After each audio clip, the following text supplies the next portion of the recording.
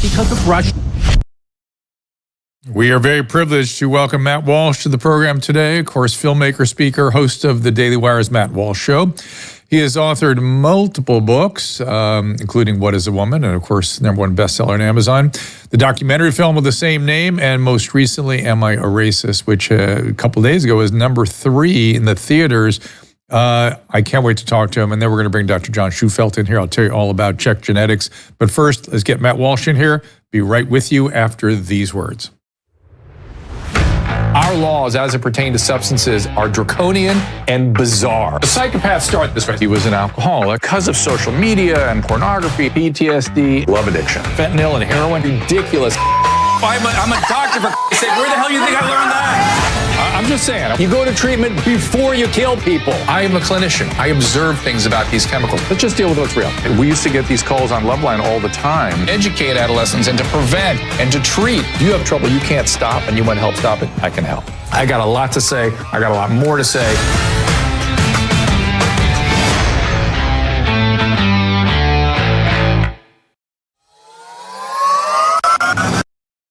Joint and muscle pains are exhausting and frustrating, but I've got a over-the-counter medication I want to introduce you to that provides great relief using the power of, check it out, chili peppers. Capsidin is made with a proprietary formula that contains no non-steroidal anti-inflammatory agents, no opioids, no anesthetic or steroid, nothing, no chance for addiction, no side effects, no chance it's going to interact with other medication you might be taking. Capsidin contains capsaicin, which is the substance in chili peppers that burns your tongue. That gives you that burny feeling. And of course, I've recommended capsaicin creams to patients over the years, but other capsaicin creams burn your skin. That's what makes Capsidin so unique. In clinical trials, Capsidin has actually been demonstrated not to burn. I've been using Capsidin to relieve my pain in my hands and my wrist from carpal tunnel syndrome and arthritis. The results have been amazing. I use it every day during my show, and I highly recommend it. Get the pain relief you need from various sources, even backache, sprains, bruises even. Order now at capsidin.com/Drew to get a 15% discount plus free shipping. That is CAPSADYN, capsidin.com/DREW. If you've not heard of Matt Walsh, you must be living under a rock. Am I a Racist? Or What is a Racist? I beg your pardon. Am I a Woman was the original documentary. And he is #3 in the theaters. Matt Walsh Show on the Daily Wire. You can follow him. Well, you can follow the film at amiracist.com. No, see, I was right. It's Am I a Racist? Am I Racist? That's 3 words. amiracist.com. You can also follow Matt on X at Matt Walsh Blog. Matt, thank you and welcome to the program. Hey, thanks for having me. I really appreciate it. So, how shall we characterize this film? I've sort of called it a documentary. I've called it irony, but it's sort of a comedy in the way Sacha Baron Cohen does comedies, isn't it? It is, and that's, even while we're making the film, we had a lot of discussions about what exact genre of film even is this, and it is a documentary because it's all real, and we're also exposing something. We are actually trying to explore a real issue in society, which so a little bit unlike Borat, for example, which I think falls more into the category of mockumentary. So anyway, it's a long way of saying it's a documentary. Someone called it a documentary comedy, and I think maybe that's the best way to describe it. And would it be? I'm just curious about your thinking. I haven't heard anybody really drill in with you on this. And were you out to? It feels like mockery and comedy is the best way to expose the excesses of our present moment. We got nothing. I mean, it's the only thing people seem to respond to because rational discourse is just gone, and people are brainwashed, and people are in these weird silos. And so mockery and comedy is sort of way of getting through. Am I accurate? And have you been thinking that way? Is that why you made it the way you made it? Yeah, I think you're exactly accurate.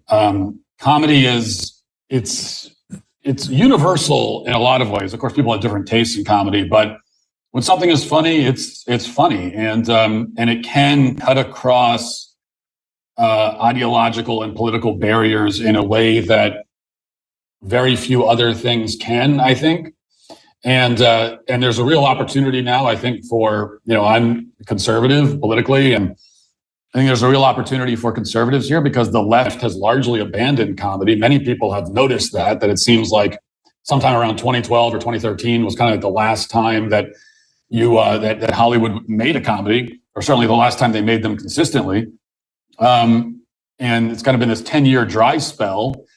And it's sort of like, well, if you guys don't want to use this tool, then we're happy to use it. And I think in particular, political satire. I mean, you think back to guys like Sacha Baron Cohen, even early Jon Stewart and The Daily Show. The left used to, Colbert, Stephen Colbert, back with his original show on Comedy Central. That not only was the left the only ones really doing comedy, but political satire, satirical comedy in particular, was almost solely their domain for a long time. And they've also abandoned that, or at the very least, they're not very good at it anymore. So again, I think it creates kind of this opportunity. Well, I've thought a little bit about this, and when you think about, say, George Carlin, right? And comedy at its core is sort of an antisocial impulse, and so a natural sort of direction is anti-establishment, or anti-elite, anti-who's in power, and that's all the old comedians. Their people are all in power now, so what are they going to do? Who are they going to make fun of? Yeah, I think it certainly is. I don't think comedy has to be anti-establishment necessarily, but it is very difficult, I would think, to come up with good comedy that is defending, the power structures in society. That's defending the establishment. Right. It might not be impossible, right. But that's certainly a challenge if somebody wants to take it up. Well, the left has taken it up. It's also not, Matt.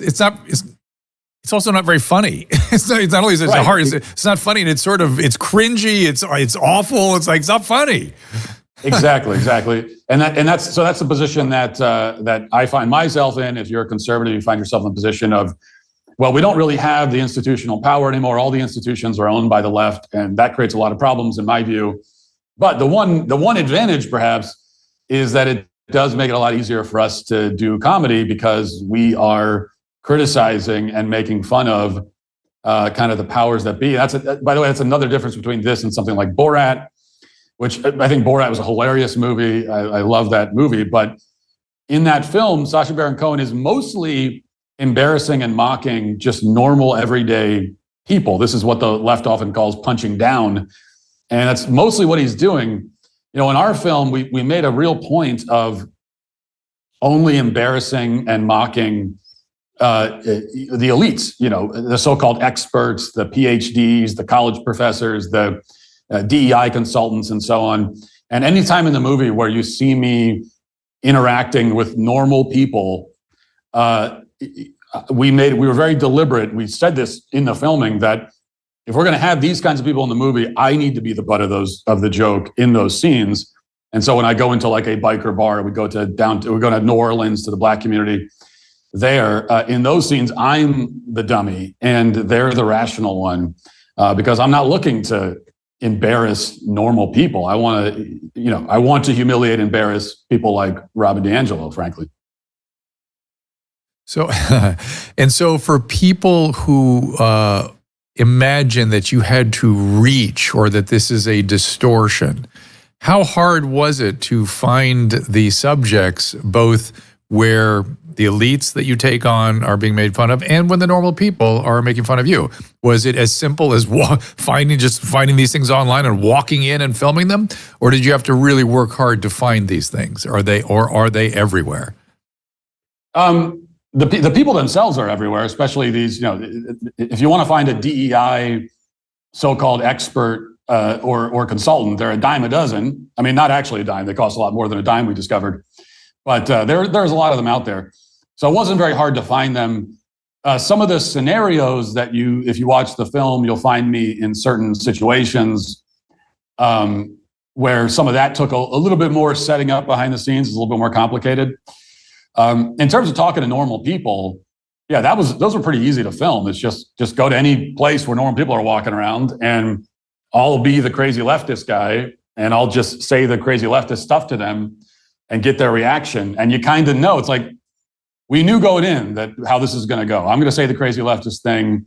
They're going to be totally confused by it. It's going to be really funny. It always is. But also it kind of makes the point that we want to make in the film. Do you know Ami Horowitz? Are you familiar with his videos? I don't know. He does something very, very similar. They're not documentaries. He just goes to these places and asks questions, much like you did with the average person. You know, for instance, I know you've done stuff like this too. Where he out in front of the DNC 4 years ago, or more, I guess it was now 8 years ago. He set up, vote for Trump banners and a table and chairs, and in front of the RNC, he set up a vote for Hillary. Campaign booth. And he just documented how people reacted to both. That's it, just documented it. And yes, I'm sure there'll be no surprise to you what he found. Yeah, I don't think I've seen that video, but I can imagine that outside of the DNC, there was a much more unpleasant, unwelcoming response, right. I would guess. His life was threatened by a mob on the DNC side. And the RNC side, there was a lot of slaps on the back and jokes, and you're in the wrong place. And hey, man, you got the wrong idea here. And as they walked past him and on in, as opposed to gathering and threatening him. Yeah, it's an extraordinary time. How do you understand that difference? Do you have a theory on where we are as it pertains to a people and these extreme differences? Yeah, I guess I have a lot of theories about that. I think that you often hear that this country is more divided than it's ever been. It's more divided than it's been since the Civil War. You hear that kind of stuff a lot. And I want to say that that's hyperbole. And of course, it's not that bad. I mean, we fought a war that killed 600,000 people, which at the time was like whatever 1 or 2% of the United States population. So it can't be that bad. We're not in the streets, killing each other, at least not in any kind of formal warlike setting. But I think it is. It's actually worse than that. I think it's actually more divided than the Civil War because. Oh, good. Oh, thanks, Matt. Yeah, good times. The good news is keep going. We're not keep as divided as going. the war because we're more. Yeah, but here's why. Because I think today you have roughly the two sides of the political spectrum, and there is absolutely nothing that we can agree on anymore. There's not even the most basic fundamental values and priorities in life. If you go back 100 years, 200 years, you'll find that, of course, there were intense disagreements that sometimes led to violence, but they could at least agree on the most basic and fundamental things. Like these were religious people. They believed in God. They believed that the family was very important. They believed in roughly the same kind of physical reality that we all inhabit. At least they had that. But now if you have someone on the left and someone on the right, it's like they're living in two different universes. I mean, we can't even agree that men can't get pregnant. Okay, a statement like that, we can't agree on that anymore. And when you can't agree on that, then where is the agreement? If even something as basic as that has now become, a source of controversy.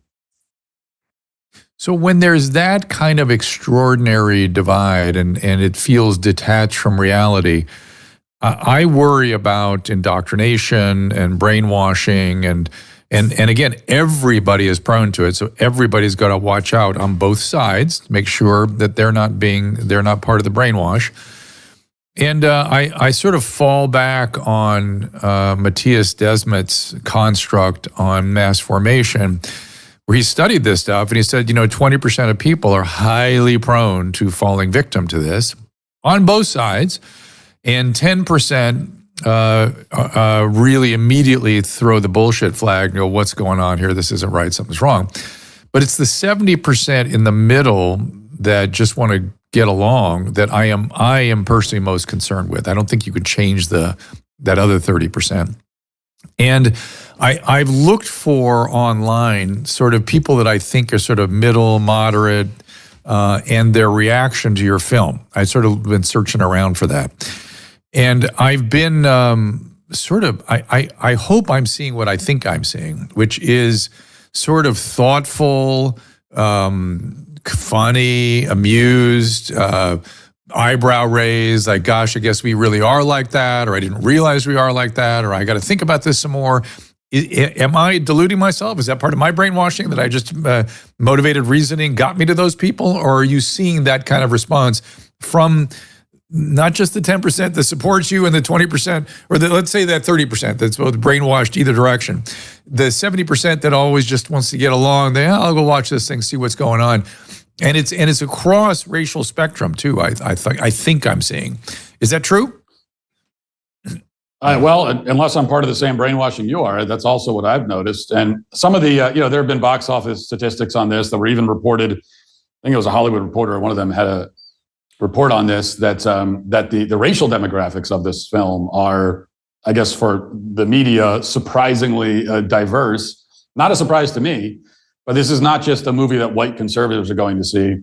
And anecdotally, because that's all I can go on, but anecdotally, I've got a lot of messages from people that profess to be on the left, Democrat.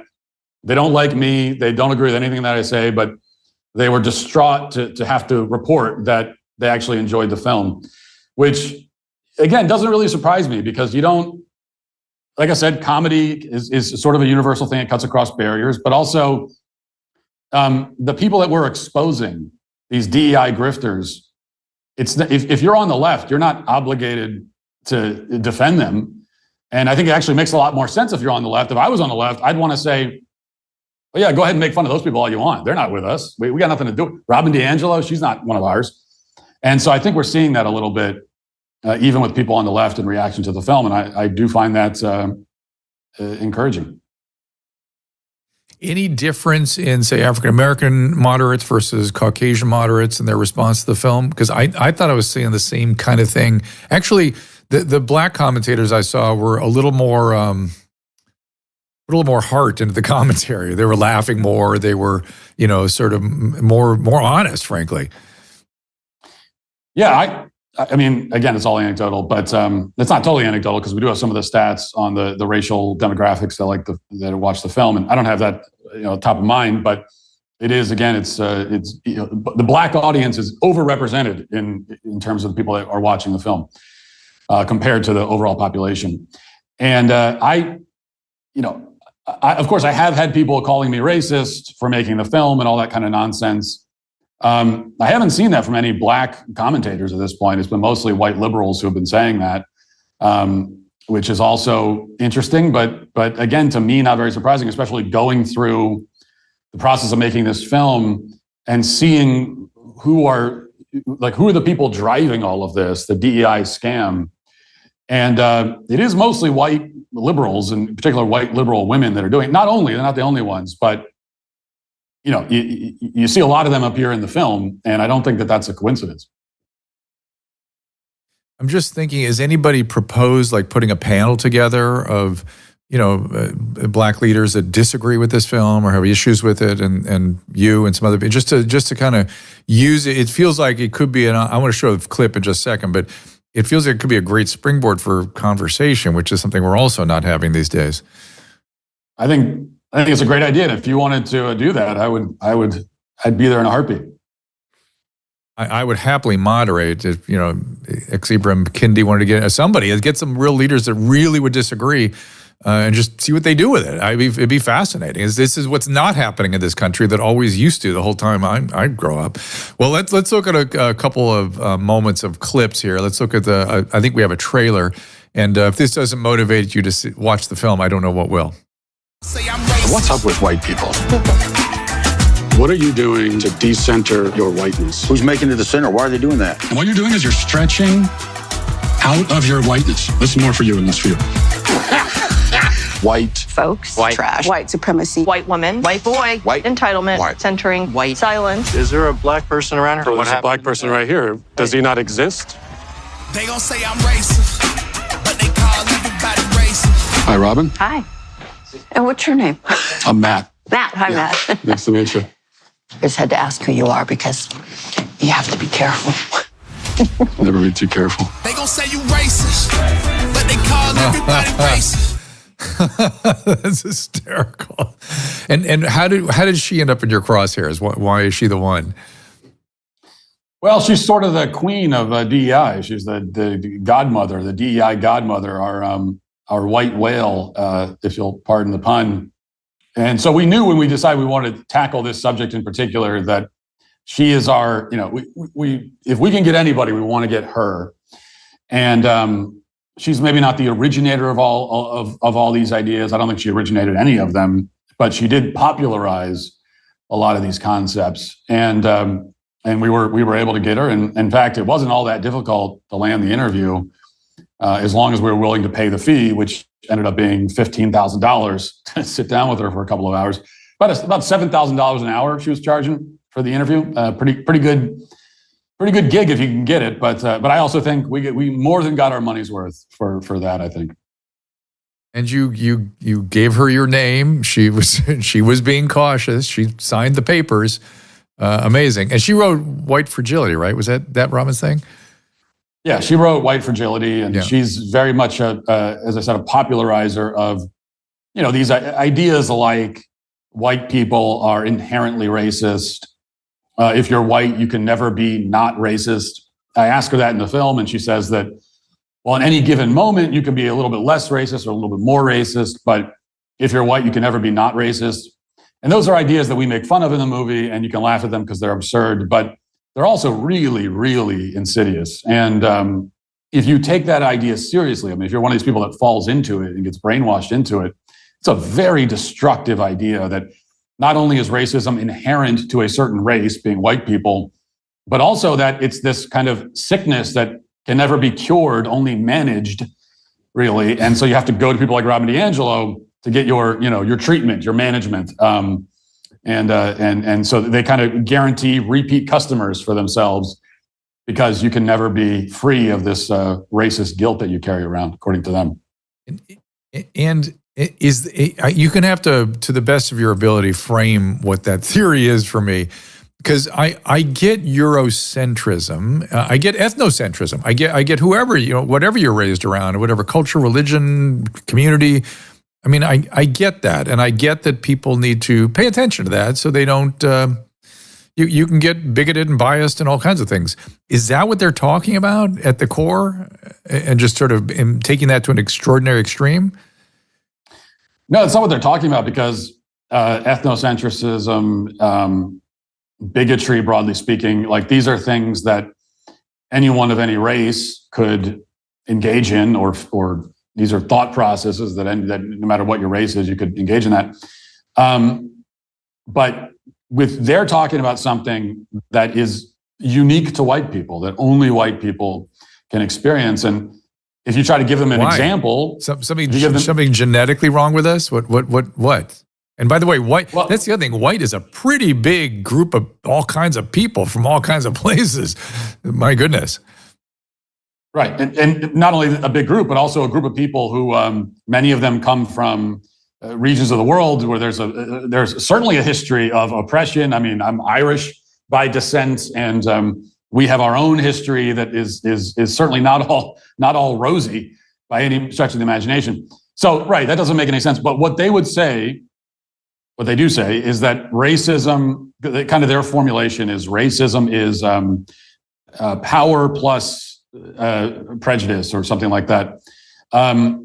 You have to have institutional power, and then if you're racially prejudiced along with the institutional power, then you can be racist. And they would say that, well, only white people have institutional power because the system is inherently racist, and so therefore only white people can be racist. I mean, but there are so many problems along the way with that whole formulation. It just breaks down at every single point. But that's how they try to, navigate it.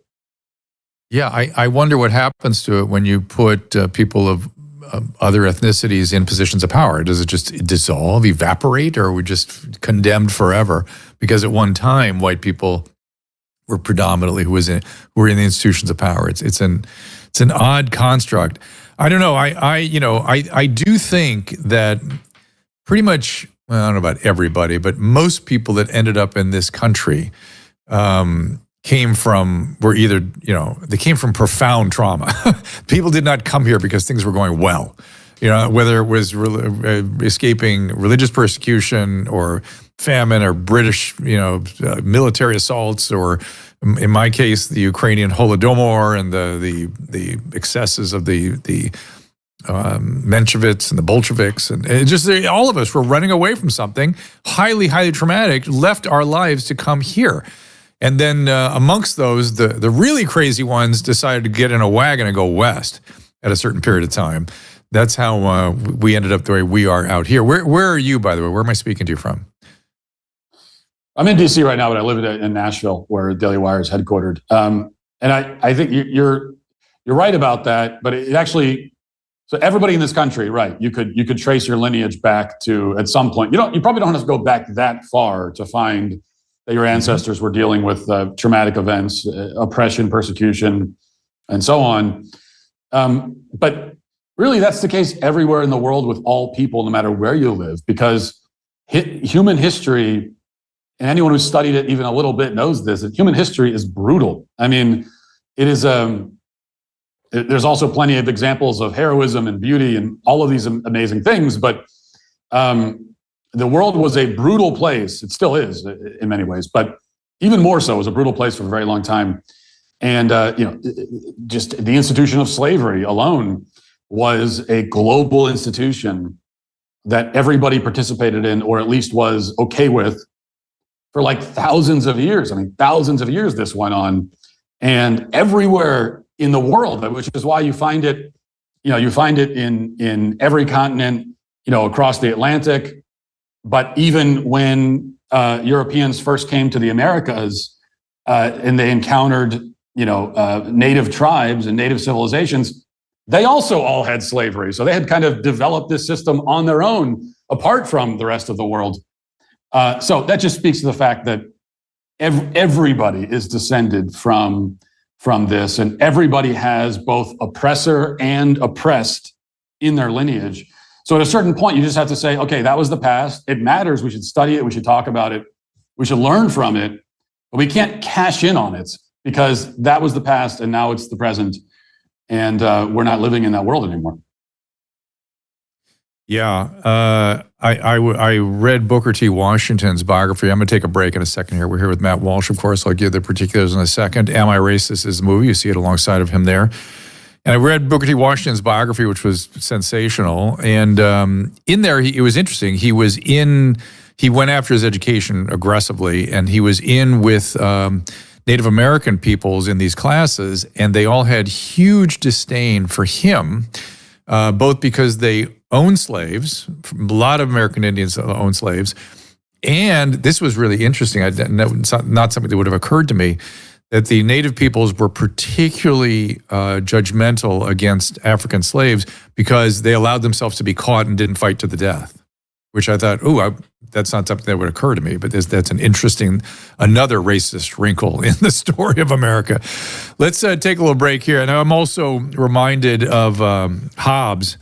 By the way, he was writing during the era of the Spanish Armada, and even as far back as when Hobbes was writing, he looked at history and went, it was nasty, solitary, brutish, and short. Maybe the solitary and short part we improved upon over the course of 400 or 500 years, but not the brutish part and the nasty part. It's still to this moment. All right, Matt Walsh, the particulars are Am I Racist? You can go to amIracist.com. Matt Walsh is on X, Matt Walsh blog, and of course, Matt Walsh show on the Daily Wire. We'll be right back with a little more Matt Walsh after this. I'm excited to bring you a new product, a new supplement, Fatty. I take it. I make Susan take it. My whole family takes it. This comes out of, believe it or not, dolphin research. The Navy maintains a fleet of dolphins, and a brilliant veterinarian recognized that these dolphins sometimes developed a syndrome identical to our Alzheimer's disease. Those dolphins were deficient in a particular fatty acid. She replaced the fatty acid, and they didn't get the Alzheimer's. Humans have the same issue, and we are more deficient in this particular fatty acid than ever before. And a simple replacement of this fatty acid called C15 will help us prevent these syndromes. It's published in a recent journal called Metabolites. It's a new nutritional C15, pentadecanoic acid, it's called. The deficiency that we are developing for C15 creates something called the cellular fragility syndrome.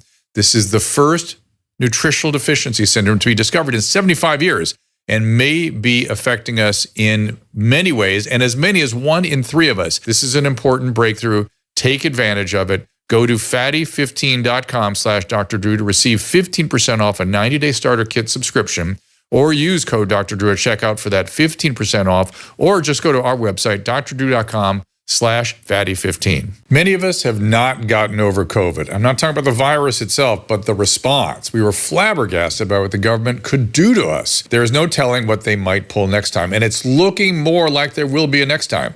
So we all have to be what I call rationally ready. That's where the wellness company comes in. TWC is about access to physicians via telehealth, access to potentially life-saving medication. Years ago, having access to medication and telehealth might have seemed crazy, but now it seems crazy not to. Now, with claims that gain-of-function research have been done on the bird flu, I urge everyone to take control of their healthcare with the help of the wellness company. Go to drdrew.com/TWC for 10% off all their products, including the 4 medical kits, each of which has a different purpose. And we've added Tamiflu to one of them in case the bird flu does become a problem for humans. Be rationally ready. drdrew.com/TWC for 10% off. Now, if you want to see stars, you have to watch them dance, dive, or go to rehab with Dr. Drew. Dr. Pinsky told me that you are having some issues. He says I'm depressed. Are you? Dr. Drew. All right, just before I talk about Paleo Valley, I want to mention our friends at TWC. I was just thinking about this. Look, dengue fever, we've had 3 indigenous cases of dengue fever from mosquitoes in this part of Southern California, and no one in the press is telling you about that, but they're worried about monkeypox in Central Africa, as though that should be a risk to you. And by the way, if it is, they must be monkeying with the virus with gain-of-function research, or we would not be even thinking about it. The CDC would think about it. They would send doctors occasional little notifications about the data. That would be it. In the meantime, we have dengue fever breaking out in Southern California. For God's sakes, what a bizarre circumstance we're in these days. And so be ready, be rationally ready. Get TWC. We have Kids Kit now with EpiPens at great prices. And of course, our friends at, I want to mention our friends at Paleo Valley. Bone broth, as Susan are always telling you, we eat this on a daily basis. Susan has it in her coffee right this minute. The comes unflavored, vanilla and chocolate. We like the chocolate. 80 calories in 1 scoop of the chocolate, 70 calories in 1 scoop of the unflavored. There's more protein in this one, 15 grams opposed to 13 grams at the chocolate, but add a little more if you want. Non-GMO, gluten-free. It is made from bones of real grass-fed finished beef, meaning the cattle has been fed their entire life grass-fed, not hides, no hormones, no steroids. It's a great source of protein, collagen, glycine. And you can get it 15% off your first order at drdrew.com/Paleo Valley. Also, you can subscribe to get 20% off so you do not run out. And don't forget the meat sticks, the chicken, the venison, the beef. We love them all, and they're carefully sourced. As you know, I've interviewed the principals on this at Paleo Valley, and they are fanatical about this. So it's drdrew.com/Paleo Valley. I'm having one of their superfood bars right now. Oh, I forgot about the superfood bars. That's right. I know, the chocolate, dark chocolate chip, pretty good. They're not too sweet. I saw you eating that. Matt Walsh blog on X, amiracist.com. Matt, is there anywhere else you want people to follow you on X? No, I think you covered it. I mean, the main thing, though, is don't follow me. Just go see the movie. amiracist.com. Go see the movie. And it's pretty sensational success. I mean, the fact that you were number 3 in the country in a time when the only thing that gets people into the theaters are, Wolverine. That's to me just it must have massively exceeded your expectations. Yeah, I did. And when you get into the theaters, you start to realize there are all kinds of challenges that you don't think about. At least I didn't think much about beforehand. But things like simple things like the number of screens, and we have we started at about 1,500 screens, which is a lot. I mean, I was very pleased by that. But you're competing against movies that are in 3,000 screens. So they've got double the number of screens to make money on. And then, of course, the big thing is the marketing budgets. I mean, the marketing budgets for these big movies are just like mind-boggling. I mean, they're spending $100 million on marketing or more. And we are not anywhere close to that, I can tell you, in terms of our marketing budget. So you factor all that in, and to make it into the top 5 was a huge thrill, and we're hoping to keep the momentum going. And on Rotten Tomatoes, it was like 98% approval or rated by the viewers, and 0 critics, 0 reviewers have seen your film, evidently, right? Right. Yeah, the audience has loved it so far, and which is fantastic. There have been some independent film critics that have reviewed it, and we really appreciate that. Wow. But the mainstream film critics, though, from mainstream outlets like the New York Times, the New Yorker, Washington Post, Rolling Stone, et cetera, none of them have reviewed the film. And I can't think of another example of a film that was top 5 in the box office, widely released in theaters, and was not reviewed at all by any critic from a mainstream corporate media outlet. It's quite striking. Well, I have a couple of thoughts. One is that though he can't make the same claim about theater distribution that you have, he had widely acclaimed reviews by the Rotten Tomato viewers. Adam Carolla with the Fighter, I think was the name of his film, and he also every documentary he puts out, he gets extremely high ratings in the 90s by the viewers, and he has yet to have a single critic look at any of his films. And one of them was about the only black, I think, Formula One driver. Is he Formula One or Indy or whatever it was? And it was a great film called Uppity, a really good film, and about the history of racism and racing. And no, not a single review. Yeah, and I have so my theory on that, because it is interesting. Often when films are released by people who are not liberal, you'll see the thing on Rotten Tomatoes where you got the critic score of 30%, the audience score of 95%, because the mainstream critics will review it, but then they'll just rip it to shreds. They'll pan it, which they enjoy doing. But then you've got some people who put movies out and you can't even get them to pan the movie. And I think that one of the reasons for it, this is self-serving, I'm biased, and it's a compliment to Adam as well. But I think that if they look at something and they think, okay, well, we can't completely pan this. We would have to give it some credit for its quality. I think then at that point, they'd probably rather just not review it at all. And part of that is they're afraid of their audience. And because the truth is that, look, if the Washington Post, if the critic there really was bold and put out a review praising my movie, they would get run out of town by their own readers for doing that. And they don't want to take that risk, so they'd rather just ignore it. Well, the whole thing to me smacks of opportunity. The fact that it is so egregiously lopsided, that is not a reflection of the audience and who's out there. So to me, it smacks of opportunity for some upstart to come out and put out their own publications, or as you said, independent reviewers doing their own thing, or somebody who wants to save the Washington Post, whose readership is plummeting, try to capture a few people to bring people onto the boat with them. But they won't do that. So it's going to be a competitor. It reminds me of this medium. It reminds me of the Daily Wire. It reminds me of what we're doing, sitting here talking. It reminds me of your film.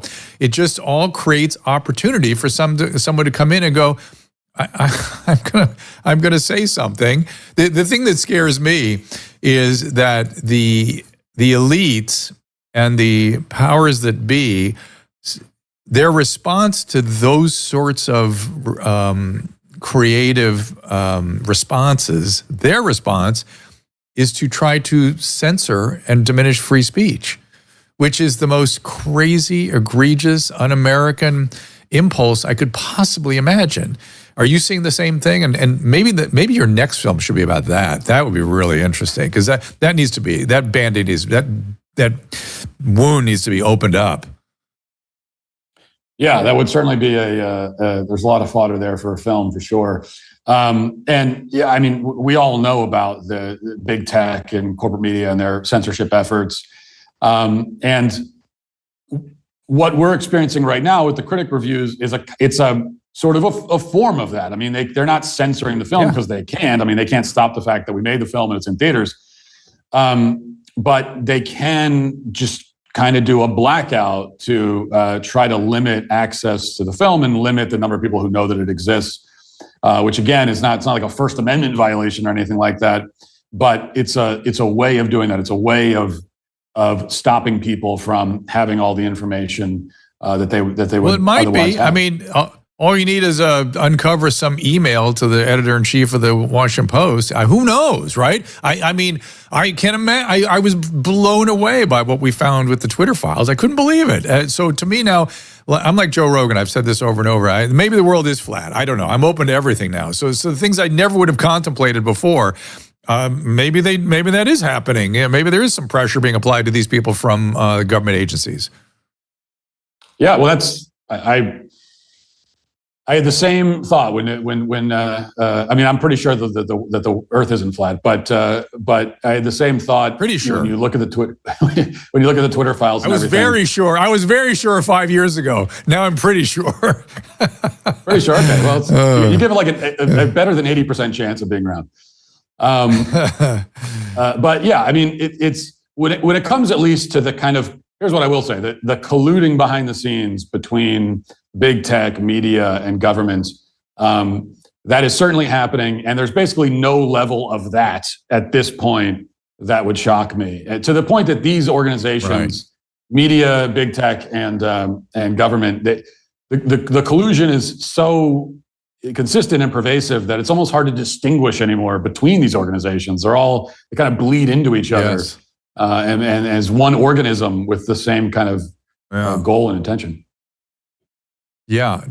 What do you want to do about that? Does that worry you? I'm mortified by all that. It worries me a lot. I mean, it certainly worries me. It's hard because you're at a level in terms of the amount of money involved and the power that there's not a lot that just like one random guy can do about it. You kind of need, I mean, Elon Musk is the richest guy in the world. And he's the guy who's by far, in terms of landing a blow against big tech censorship, nobody's done more than him. And what he's done has been just, you can't overstate the importance of it. But he's the richest man in the world. And most of us don't have those kinds of resources. And so you kind of need people who are powerful and have resources to step up to the plate. And as we're seeing, a little bit now, but not enough. But if you look at the sort of rise and fall of businesses across a normal business cycle, when things get big and bloated and infrastructured, that's the opportunity for a little guy to come in. And yes, it's helpful to have some venture capital or just have somebody come in to support him or her. But that's if the business cycles are any lesson, maybe it will reflect similarly in the way our government functions if it's left free to do so. I'm just so fearful that the excesses of COVID I can't get over, and makes me think that they're capable of just about anything. Yeah, and this is kind of maybe not related, but you said the excesses of COVID you can't get over. I think it's good, by the way, that you can't get over it. I think that more people should have that attitude. I think actually we've gotten over it too much, to the extent that they shut down all of society. They did this unprecedented thing by shutting down society, basically taking all of our rights away in one fell swoop. Yes. And now it's a presidential election 4 years later, and it's not even it's not even a political issue. We don't even talk about it. It doesn't rank even in the top 10 of issues that we discuss. It doesn't come up we've had presidential debates. It's not even brought up one time. And I find that to be also quite worrying that we've allowed that to be memory hold to such a degree. I don't know. Some of us will never get over it, and it's going to be in the background forever. And there are those that liked it. You got to remember, there are a lot of people that thought this was a great thing, and they were doing God's work by essentially doing what German prison guards did during 1939. But whatever. Caleb, you have a question about daylight savings time? I'm not sure I understand that. Oh, yes. I believe it's Matt Walsh who is pro abolishing daylight savings time. Is that correct? My view on that changes, but I'm okay with. Yeah, I think we should get rid of it. Yeah, I'll stand on that for now. I mean, to me, it's a bizarre little. Well, now, Caleb, why is that a thing for you? I think about it once in a while, and I take it or leave it. It's the dumbest thing ever for people who have children. It throws my kids. I have young babies, and it throws their schedules off twice a year. Just that 1 hour throws everything off, because then sometimes it's bright sunlight outside their window, and sometimes it's completely pitch black. And just for that reason alone, otherwise, I also lived in Arizona for a couple of years, and it was amazing. We just thought the other 48 states were so dumb to keep it, because we just had to watch them scramble around twice a year. Why are we doing this? We aren't all farmers anymore. I would say the one thing I would say is that you've lived down in the southern regions of the country pretty much your whole life. You go up north. It gets light, late and dark early, and it's a whole different matter up there. But yeah, I'll go along with that. So, Matt, is there anything I've missed here in terms of what you'd like to get across to people, or what's going on with the Matt Walsh Show these days? No, I think we covered it pretty well. And the main thing, in terms of the film, is that we're going into our second week of the box office, and most people look at the first week and you think, well, that's what really matters. It does matter a lot, but second week really determines quite a bit about the sort of the longevity of the film. So if anyone hasn't seen the film yet, then get your tickets now. And if you have seen it, go again, tell your friends. This is a word of mouth operation for us, because we don't have those tens of millions of dollars in marketing. So we're really relying on people who've seen the film to talk about it and tell their friends, which it seems like so far they are. Does the second week determine sort of where it goes next, kind of thing? Yeah, in large part. It will at least determine how long, because you could have movies that come into theaters and they're gone in a few weeks, especially if you go into that second week and then you drop 70% of your box office or something. Then you're probably not. You start losing screens, and then you kind of are going to end up on streaming pretty quickly. So longevity really is determined in large part by that second week, and so we're hoping we got the momentum, we got the word of mouth, and do well. Support it. Be a motivated audience. AmIRacist.com. Is there any other support we can offer the film? Does logging onto something or clicking through on something help it? AmIRacist.com is all you got to do. Just go there. All right. Fair enough. Matt Walsh blog on X and the Matt Walsh Show. Thank you, sir, for being here. Loved you on Gutfeld the other day. It was fun. And look forward to talking to you again soon, I hope. Thank you so much. Really appreciate it. Good talking to you. You bet. All righty. So we're going to switch gears a little bit here. Do go see the film. And we need to support Matt Walsh. We need to make sure he makes more films, because he is exposing stuff with a technique that is about all that works right now, which is mockery and humor. And it's a digestible way to look at these things that are so upsetting for most people. Dr. John Trufeld is a professional with over 30 years of experience in healthcare and business. He has an MD, MBA, and JD. He has an entrepreneur, founded NextCare, MeMD, Tribal Health, Excellent Ventures, Innovative Healthcare Solutions, and he's an ER doc by residency training. And Dr. Trufeld has a product that I am very enthusiastic about. In fact, we're involved. You'll be hearing about it on this show. We're involved with them directly. Dr. Trufeld, welcome to the program. Dr. Drew, thank you. I'm honored to be here. So I was just reading some of your bio, and you and I are doing our chief residency literally the same year. Different parts of the country, but the same year. I was in internal medicine, and you were in ER. Which is fun because all the really complicated stuff gets just presented to you. You don't have to do all the grunt stuff. You just sweep in, get it presented, and sweep out. And I always thought all the smart people were in internal medicine. So hats off to you. I had to spend 6 minutes with them. You had to spend 6 days with them. That's so funny. Okay, so this Check Genetics, I think this is such an important product and something that people are not aware of. And when we started talking together, I began realizing the degree to which everyone needs to be educated about this. The number one complaint, particularly on the mental health side, when it comes to pharmacotherapeutics, people will always say, they won't always say it to their doctor, but I'll hear it all the time from patients, I felt like a guinea pig, or they seem to be just randomly testing things on me. Now, it's not random. Doctors are trying to use their judgment to come up with the thing that's most likely to be effective. but it's a guess.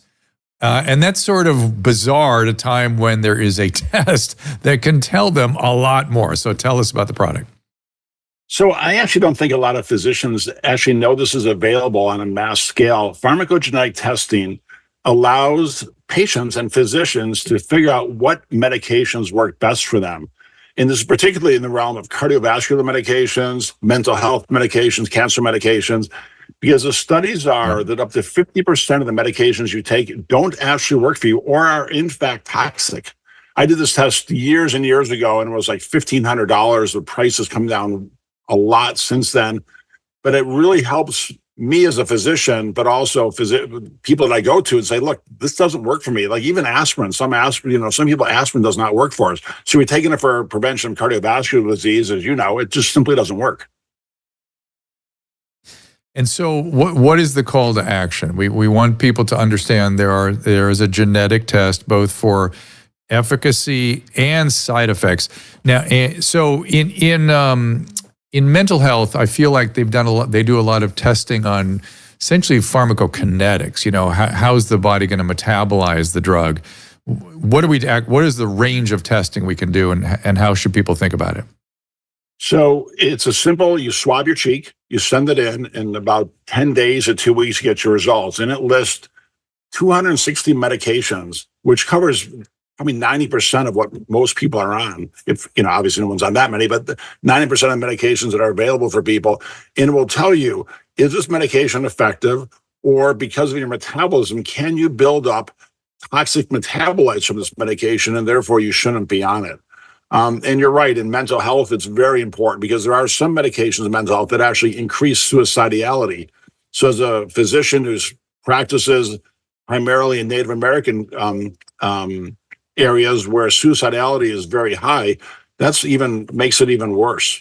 And so, the last thing you want to do is take an antidepressant that makes you, in fact, even more suicidal. And so is this something that the average patient who is sort of starting therapeutics should talk to their doctor about doing? Or is it somebody who's on a medicine and maybe is worried that they're going to have a side effect or that it's not as effective as it maybe could be? Is that who we're sort of targeting? And what's the sort of operationally? Do we want people to go talk to their doctor first or bring the data in to their doctor? How does that work for people best? I mean, I personally like to be proactive, where I'd get an MRI scan of my head every year, and in fact, that actually at one point in my life really helped me figure out what was going on. But I think if you did a pharmacogenetic test, and it never changes. I mean, your genetics are your genetics.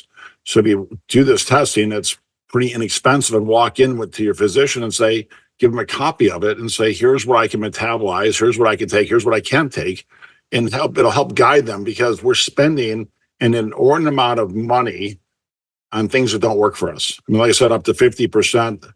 Some studies generally accept about 30 to 40% of meds you're on do not work for you. And so that's 30 to 40% of money you're spending is ineffectual and may in fact be harmful.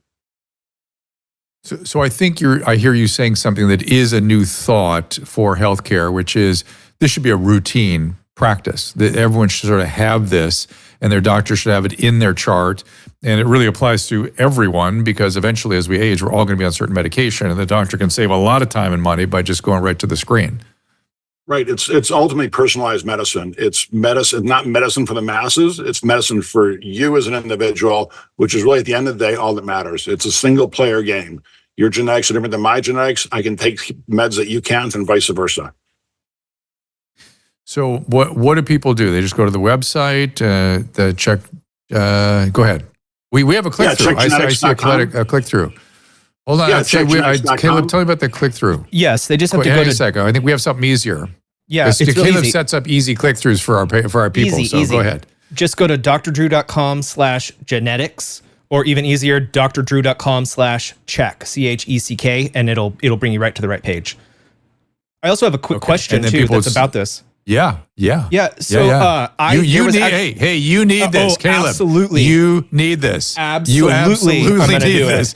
So, if you want to tell your story, it's your medical history, but you can tell John if you want. Oh, they all know my medical history, so I'm not worried about that. I definitely need it. My wife is definitely going to need it. But this is what I wanted to bring up. I remembered a few days ago, or I guess it was last week, this post went viral on Twitter, and it was someone that's saying, for what it's worth, my wife had an experience after testing positive for the MTHFR gene mutation, started taking certain things, and then her chronic depression symptoms disappeared, and it's been more effective than SSRIs. And I noticed that that's listed specifically on your website as one of the genes that is tested for. So can you explain just shortly what's the importance of that and why that affects some people so deeply if they have that mutation? Yeah, different mutations allow you to metabolize different medication, either not at all or differently. And so one can build up toxic metabolites from these medications in your body if you can't metabolize them, or if you're a slow metabolizer. Let me give an example. People come in the emergency department all the time and they'd say, I need a lot more opioids than most people because I know I don't really metabolize them, and we all just kind of roll our eyes. But in fact, there's a large segment of the population that opioids don't work for, or they're slow metabolizers, obviously, in fact, do require a large amount of opioids. Now, obviously, we really try to limit the amount of opioids we use just from all the side effects that people can get from and all the addiction issues. However, if you were one of those people and you have that test, that really allows your physician to tailor your medication towards your particular needs. And that is personalized medicine. And that's where we need to go. And Caleb, let me ask John Trufeld this: is that he's on a bunch of fancy immunomodulating agents for Crohn's. Is that on the list? It depends upon the medication. We listed on the website. There's 260 of them, and I do believe, just off the top of my head, that there's many GI medications that are on it. So I suspect so. Some of these are things like Humira and Humira and I'm on Skyrizi now. Yeah. Oh, you're on Skyrizi now, but these used to be obscure medicines. Now they're very commonly prescribed, and so again, people need to be taking advantage of this. All right, is there anything else? Have we missed anything that we should be covering in terms of this topic and motivating people to do personalized healthcare? I don't know if the audience is aware, but personalized prescribing, personalized healthcare is a catchword in medicine where we're trying to be less. I don't know how to, more specific to the biology of the individual in front of us. I mean, that's really our challenge as physicians, is to be highly insightful and not to say in cases like you or on population-based studies, we need to understand your unique biology and address it. And one day we will really have that all the way nailed down. But the pharmacogenomics is really the current version of that personalized care that we all should be taking advantage of. Yeah, you summed it up perfectly. We all share about 99% of genetic material with each other. I mean, we're all basically twins. However, there's about 1% genetic material that makes us unique individuals. And some of that genetic material allows us or doesn't allow us to metabolize medications. And you have control over that. Not that what you're born with, but what medications you're prescribed. So having this test allows your providers to hit the nail right on the head the first time, and not do the shotgun and say, well, let's try this, let's try this, let's try this. It's no, we're doing this because this will work for you. Here's the proof. Yeah, I mean, think how many visits and too much time and on discomfort if it makes you not sleep at night or gives you upset stomach, whatever. I mean, I want to be able to hit the bullseye as much as possible, at least more readily than I could before. Okay, so it is drdrew.com/check or it's drdrew.com/genetics. Dr. Trufeld, thank you so much for spending time with us. Is there anything else before I let you go? Nope, you totally crushed it. Thanks for all the service you do. All right. You betcha. Talk to you soon, I trust. All right, everybody, thank you. Do that. I love the idea that we all should have it in our chart. I had not actually thought of it that broadly, but Dr. Trufeld has sort of shine a little light on that. All right, so let us put up the upcoming guest here. It's been a fascinating, interesting week, and we appreciate all your support in this. I'm looking at the Restream activity now, and I'll look over at the Rumble Rants. We've got calling out this afternoon. I'll tell you about that in a second. Penelope Ann Miller on the 25th next week about her movie about Ronald Reagan. Jeremy Kaufman and Britt Mayer, the Rooted, what is that? Rooted Wings. October 10th and Dr. Scott Atlas. I think that's like her username on somewhere. Some people might recognize that. I am very interested in Britt. I sent her over to Emily. I know who this is now. Yes, this will be very interesting. And then Susan, tell us about your calling out show this afternoon. There I am. There you go. Hi, everyone. Today at 3 p.m., we have Calling Out with Susan Pinsky. I have 2 psychics and 2 rationally ready guests who are going to meet each other, Drea De Matteo and Brian O'Shea. So we're going to look into a lot of current day topics and the questions behind them, as well as get a couple psychic readings from our callers as well. So should be fun. Join us. And come and see us. Speaking of Brian O'Shea, we will get our, what happened there? My camera. Our friend Brian O'Shea and his wife, Naomi Wolf. We will be meeting them in New York City in a couple of days, which I'm looking forward to very, very much. All right. So I believe that does Somebody said Calling Out is a fun show. Thank you, Alive Green on Twitch. I love you too. Alive or Green? Let me make sure I see Joshua just told Joshua and Barzell, hi on Facebook. Mrs. Pinsky doesn't always tell the truth. Really? Huh. Oh, you should be on the show. I want to have you on my show, Joshua. Josh, I've already decided. I need to know where she isn't telling the truth. Let me give me that information. That would be very, very helpful. Caleb, anything on your front? Nope. I'm excited for Calling Out. And then my birthday was on the 16th, so my wife is taking me somewhere. She's surprising me all weekend, so I will be unavailable.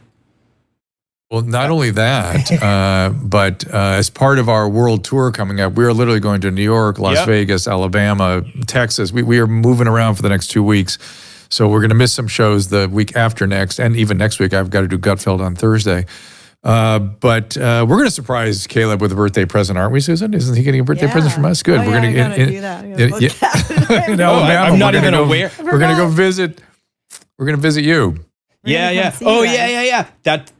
We're very excited. And we're going to try and get the babies over there too. Maybe you can meet the babies one of those days. But yeah, we're excited. We're going to see you soon over here. Oh, God. Down in the South. Maybe just have fun. Have fun for your birthday. All right, everybody. Thank you, Caleb. Thank you, Emily Barsh. Thank you all for being here. And we will see you 3 o'clock this afternoon for Susan's program. Ask Dr. Drew is produced by Caleb Nation and Susan Pinsky. As a reminder, the discussions here are not a substitute for medical care, diagnosis, or treatment. This show is intended for educational and informational purposes only. I am a licensed physician, but I am not a replacement for your personal doctor, and I am not practicing medicine here. Always remember that our understanding of medicine and science is constantly evolving. Though my opinion is based on the information that is available to me today, some of the contents of this show could be outdated in the future. Be sure to check with trusted resources in case any of the information has been updated since this was published. If you or someone you know is in immediate danger, don't call me, call 911. If you're feeling hopeless or suicidal, call the National Suicide Prevention Lifeline at 800-273-8255. You can find more of my recommended organizations and helpful resources at drdrew.com/help.